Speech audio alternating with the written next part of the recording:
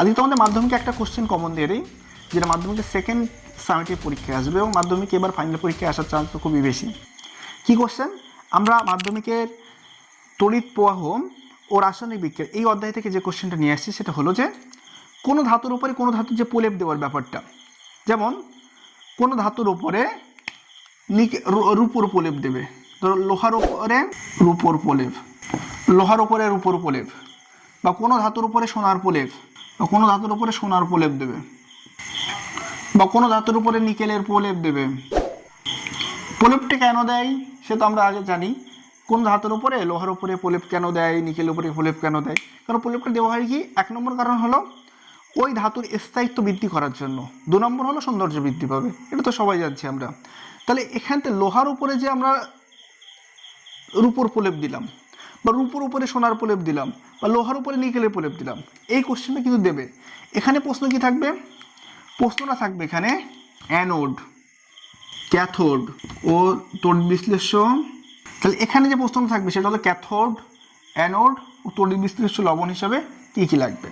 একদম পুরো সহজ ভাষায় বুঝিয়ে দিচ্ছি, পরীক্ষার খাতায় বলবে না। যেই ধাতুর প্রলেপ দেওয়া হবে তাকে অ্যানোডে রাখা হবে, যেই ধাতুর প্রলেপ দেওয়া হবে তাকে রাখা হবে অ্যানোডে। আমি যদি রূপোর প্রলেপ দিই রূপোটাকে অ্যানোডে থাকবে, আমি যদি সোনার প্রলেপ দিই কোনো ধাতুর উপরে তাহলে সোনাটা অ্যানোডে থাকবে, আমি যদি কোনো ধাতুর উপরে নিকেলের প্রলেপ দিই নিকেলটা অ্যানোডে থাকবে, আর যেই ধাতুর উপরে আমরা প্রলেপ দিচ্ছি সেই ধাতুটা আমার এই ক্যাথোডে থাকবে। একটা সহজ একটা টিক্স বলে দেয় তোমাদেরকে, পরীক্ষার সময় তো ভুলে যাই।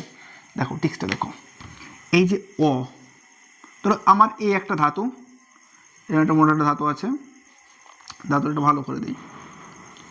এই ধাতুর উপরে আমি ধরো একটা প্রলেপ দিলাম, এই উপরে এরকম হালকা একটা প্রলেপ দিলাম। প্রলেপ দিলে আমার উপরে কী থাকছে? উপরে এই নীল কালারটা থাকছে না? এই নীল কালারটা যেহেতু উপরে থাকছে এটা ফার্স্ট, আর এইটা হচ্ছে কিনা অ্যানোড। মানে অ আর ক এই দুটো অক্ষরের মধ্যে কোন অক্ষরটা প্রথমে আসে? অ যেহেতু উপরে প্রথমে আসে, তাহলে অ আমার প্রথমে আছে, তার মানে যেই ধাতুর উপরে প্রলেপ দেবো আমি, যেই ধাতুর প্রলেপ দেওয়া হবে সেটা উপরে থাকে, অ প্রথমে আছে, তাহলে অ্যানোডে হলো। আর যার উপর দিচ্ছি সে লাস্টে আছে, তার মানে ক্যাথোডে আছে। টেক্সটটা কেমন লাগলো অবশ্যই জানাবে। আর এই যে জিনিসটা, আমি যদি লোহার উপরে রূপোর প্রলেপ দিই তাহলে আমার কি লবণ লাগবে? আমার তো রূপোটা অ্যানোডে থাকছে, লোহাটা আমার ক্যাথোডে থাকছে, আর তড়িৎ বিশ্লেষ্য লবণ আমার লাগছে এখানে কি পটাশিয়াম আর্জেন্টো সায়ানাইড আমার লবণটা লাগছে। যদি সোনার প্রলেপ দিই সোনাটা আমার অ্যানোডে থাকছে, যদি রূপোর উপরে আমি সোনার প্রলেপ দিতাম তাই রূপোটা আমার ক্যাথোডে থাকবো, আর তড়িৎ বিশ্লেষ্য লবণ হিসেবে আমরা নিতাম পটাশিয়াম অরো সায়ানাইড, আর এখানে পটাশিয়াম আর্জেন্টো সায়ানাইড। নিকেলে প্রলেপ দিলে নিকেলটা আমরা লাগতাম অ্যানোডে, লোহার উপরে যে নিকেলে প্রলেপ দেওয়া হতো তাহলে লোহা থাকতো ক্যাথোডে, তড়িৎ বিশ্লেষ্য নিকেল সালফেট নিয়ে নিতাম।